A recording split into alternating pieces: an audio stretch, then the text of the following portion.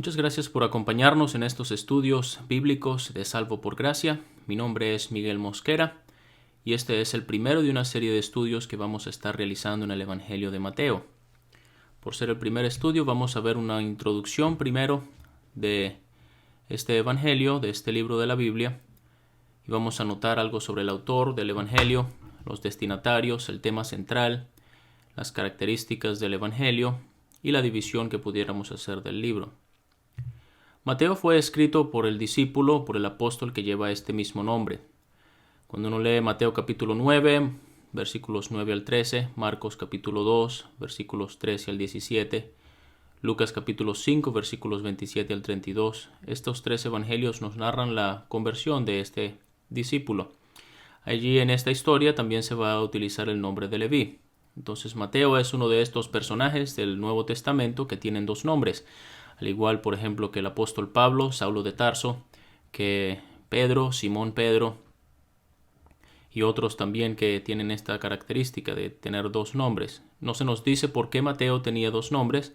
Es posible que Leví haya sido el nombre de Mateo antes de ser salvo y luego fue cambiado su nombre o se cambió su nombre a Mateo.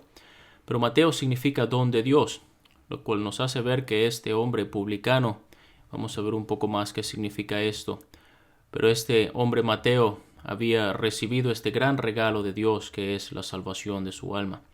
Ahora notemos algo sobre la familia de Mateo. Mateo era hijo de un hombre llamado Alfeo.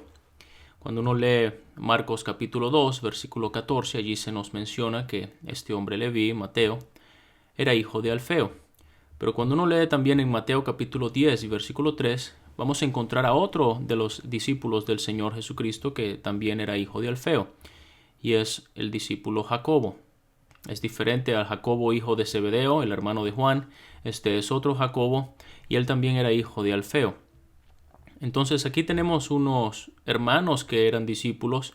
No es la única ocasión que vamos a ver hermanos como discípulos del Señor Jesucristo. Sí va a recordar que Simón Pedro y Andrés eran hermanos. Juan capítulo 21 versículo 15 nos dice que ellos eran hijos de un hombre llamado Jonás. Y uno va a ver también que Juan y Jacobo eran hermanos, y ellos eran hijos de un hombre llamado Zebedeo. Entonces Mateo y Jacobo eran discípulos del Señor Jesucristo, y su padre era Alfeo. Ahora la profesión de Mateo, él era un publicano. Es en el capítulo 10 y el versículo 3, en la lista de discípulos, que Mateo se da ese mismo título. Él es conocido allí como Mateo el publicano. Un publicano no era más que un recaudador de impuestos que trabajaba para el Imperio Romano. Estos eran personas que, por las características que se nos dan en los evangelios, eran personas de una mala reputación. Obviamente eran vistos por el pueblo judío como traidores a la nación, ya que el Imperio Romano era el que estaba dominando al pueblo de Israel en este entonces. Entonces los publicanos eran trabajadores para el Imperio Romano, y ellos cobraban los impuestos a sus compatriotas, a los judíos. Entonces, de parte de los judíos y especialmente de los líderes de la nación, los publicanos eran vistos como personas pecadoras, como personas despreciadas y rechazadas por la sociedad. Uno ve en Mateo capítulo 9, versículo 10, ellos son contados con los pecadores, publicanos y pecadores. Mateo capítulo 21 y versículo 31, son los publicanos y las rameras. Entonces ese era el grupo de personas con los cuales era asociado los publicanos. Uno lee de Juan el Bautista diciéndole a los publicanos que venían a él y le preguntaban qué debían hacer. Él les decía: no exijan más de lo necesario, porque era algo frecuente y por lo cual eran conocidos mucho los publicanos.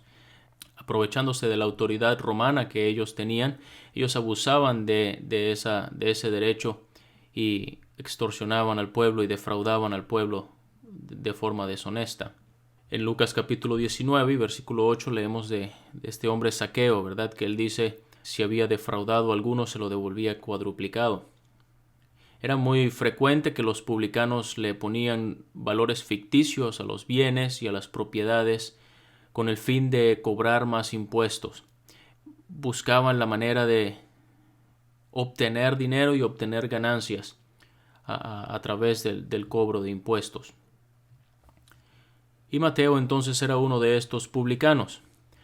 Vamos a notar que, por supuesto, el llamamiento de este hombre Mateo, cuando el Señor Jesucristo llega a la mesa de los tributos públicos y le dice, sígueme, no solamente marca una diferencia y un cambio en la vida de este hombre Mateo, sino que también va a ser una diferencia en el ministerio del Señor Jesucristo.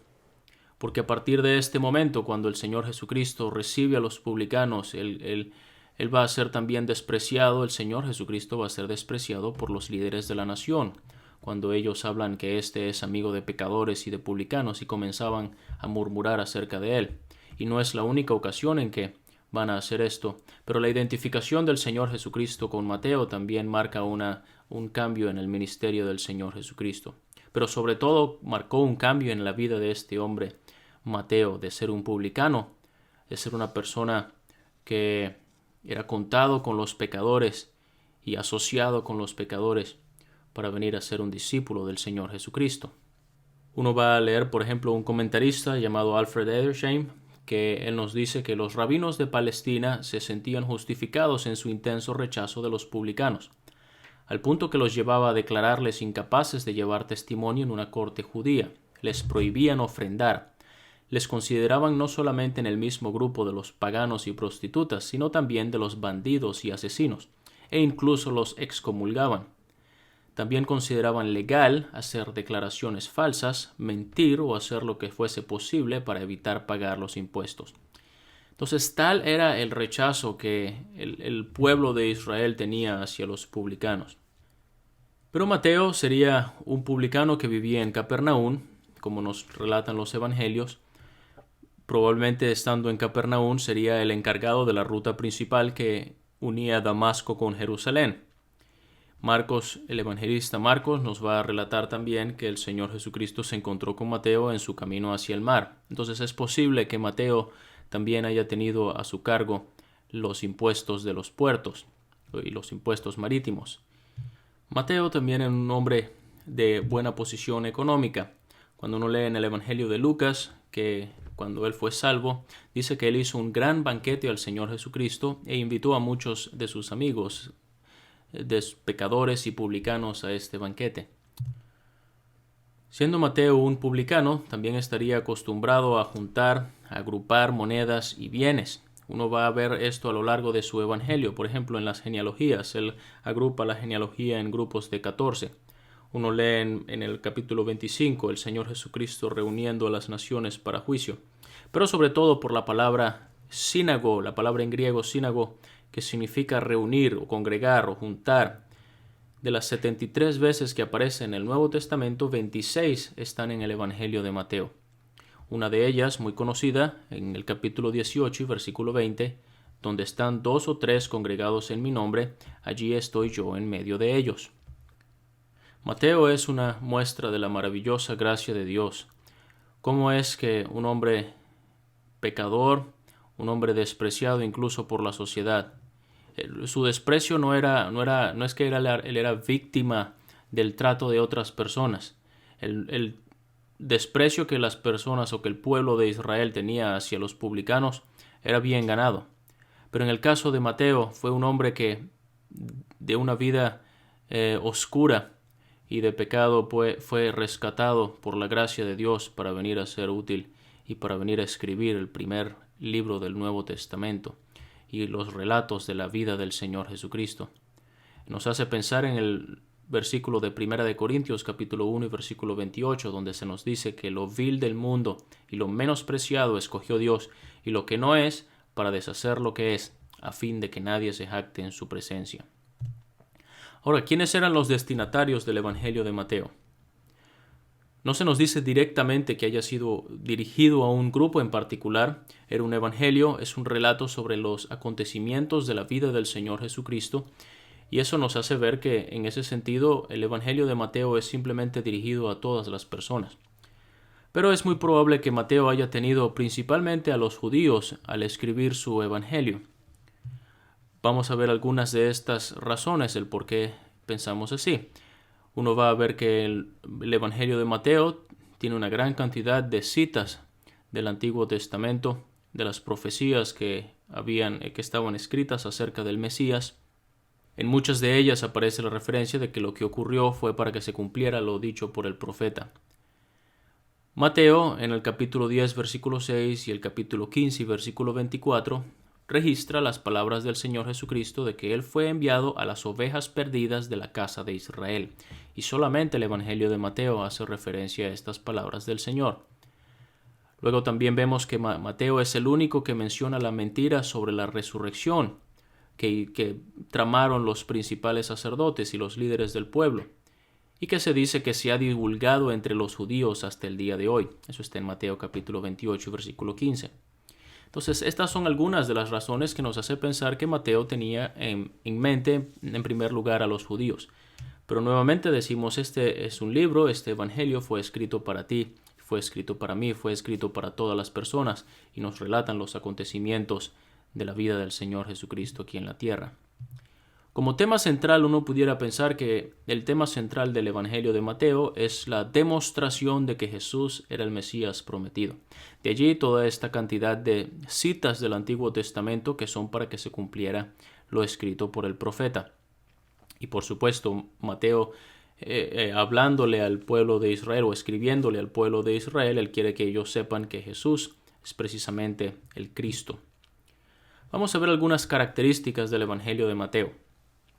Mateo es el primero de los evangelios sinópticos. Esa palabra sinóptico tiene que ver con sino, la idea de algo que es similar, óptico, vista. Entonces, son evangelios que tienen un punto de vista similar, muy parecido el uno del otro. Y normalmente se conocen a Mateo, Marcos y Lucas como los evangelios sinópticos, porque el evangelio de Juan tiene un enfoque bastante diferente a los otros evangelios. Ahora, esto no significa que esta sea una repetición de los mismos acontecimientos. Vamos a ver que cada uno de los evangelios tiene un enfoque distinto hacia la persona de Cristo. Mateo presenta su evangelio en forma temática más que en forma cronológica. La expresión el reino de los cielos aparece 32 veces en Mateo y no aparece en ningún otro evangelio. Otra característica de este evangelio es que el título Hijo de David aparece más en el evangelio de Mateo que en cualquier otro evangelio. En Mateo aparece 9 veces, mientras que en Marcos aparece 3 veces, en Lucas 4 veces y en Juan no aparece ninguna vez.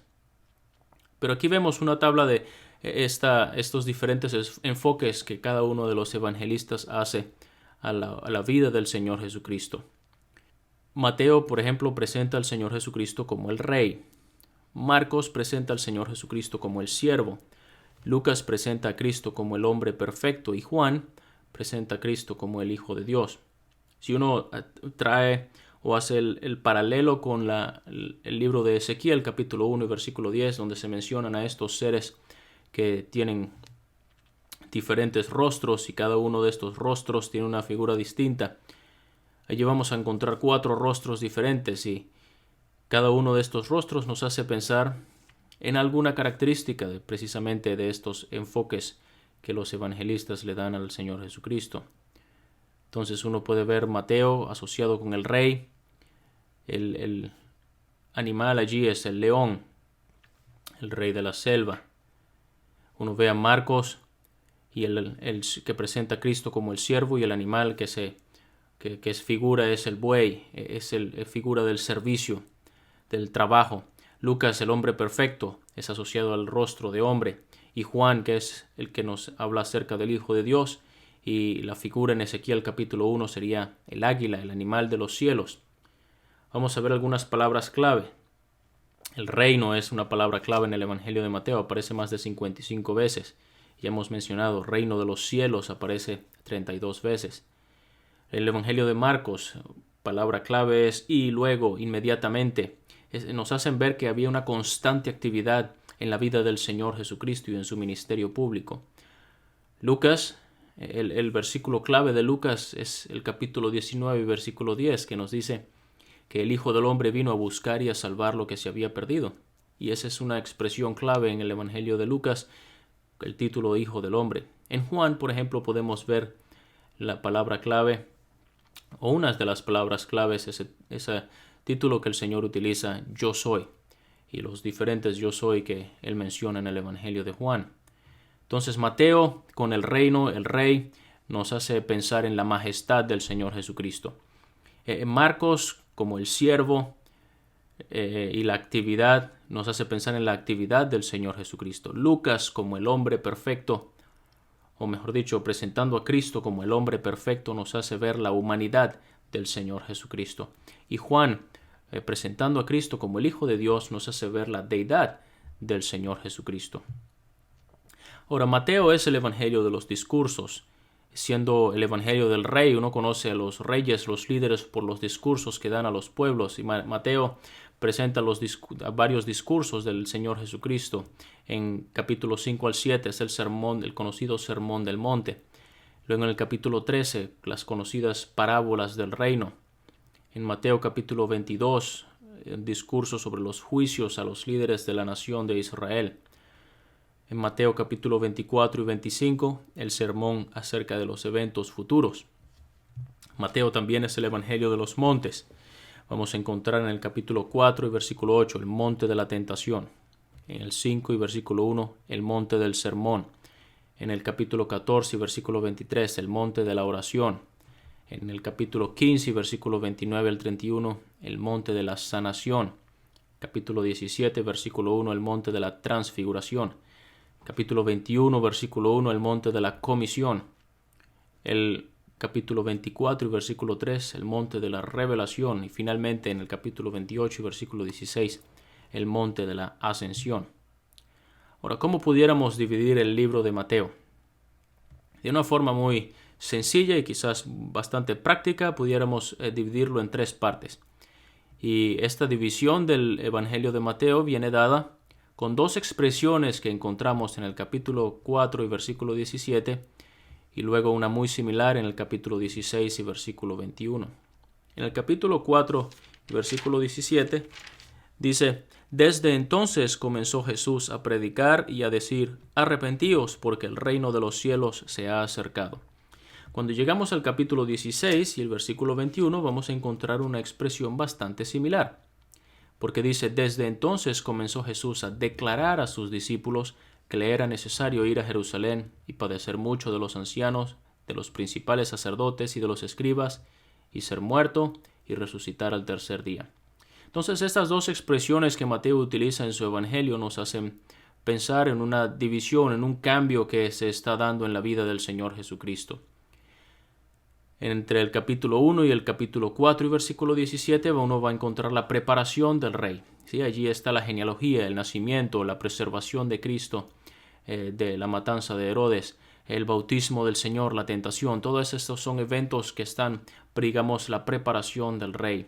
Luego, entre el capítulo 4 y el capítulo 16, uno va a encontrar el ministerio público del Señor Jesucristo, sus discursos, sus milagros, las actividades, y uno puede notar allí la presentación del rey, digamos la manifestación pública y todo lo que el rey hizo.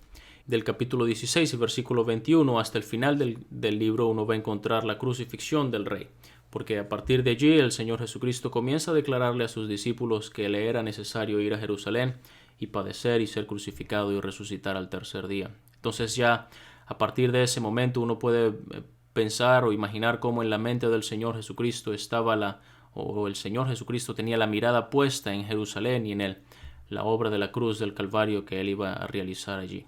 Entonces esto es una introducción al libro de Mateo.